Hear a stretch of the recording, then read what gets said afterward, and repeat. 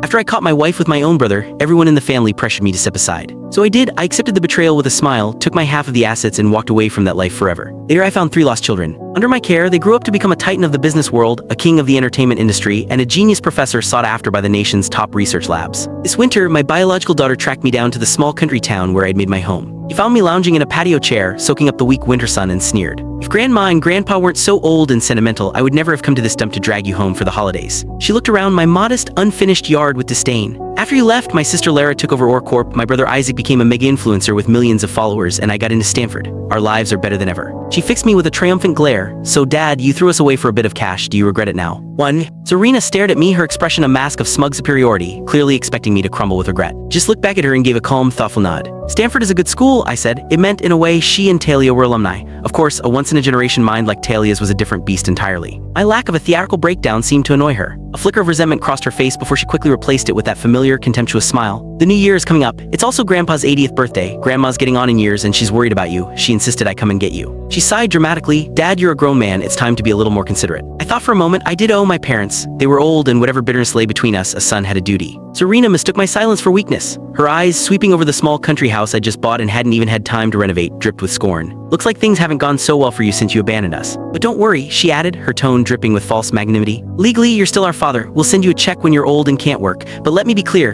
Grandma might still see you as her son, but in our hearts, Uncle Hugo has always been our real dad. I studied the young woman before me. The disdain in her eyes was identical to how it had been all those years ago. I saw her then, a little girl standing coldly at the top of the stairs. She was so small, but her strength was shocking as she shoved me, burning with a high fever, sending me tumbling down the staircase. Her voice had been sharp with suspicion. You're not my daddy, Uncle Hugo is my daddy. Mommy and Daddy are supposed to be together. Won't you hurt my dad, you bad man? And behind her, hiding in the shadows, my brother Hugo had worn a look of triumphant glee. Serena's push had fractured my leg. Combined with the fever, I was unconscious in the hospital for 3 days. But when I woke, everyone took Hugo's side, accusing me of bullying him. Brother, you can hit me, curse me, slander me, I'll take it, Hugo had said, tears welling in his eyes. But you can't use your own daughter in your schemes. I just touched him lightly, 7-year-old Serena had sobbed, her little body shaking. Daddy fell all by himself? I had stared at her in shock. Serena, why are you lying? She had only cried harder. I'm not lying, you're the one who's lying. You were going to hit Uncle Hugo's. Hugo had scooped her into a protective embrace, dabbing at her tears. My wife Bianca had stood by, her face dark with fury. She's 7 years old, Victor. Can a 7-year-old lie like that? How much strength could a child possibly have? God, Victor, how can a man be so petty?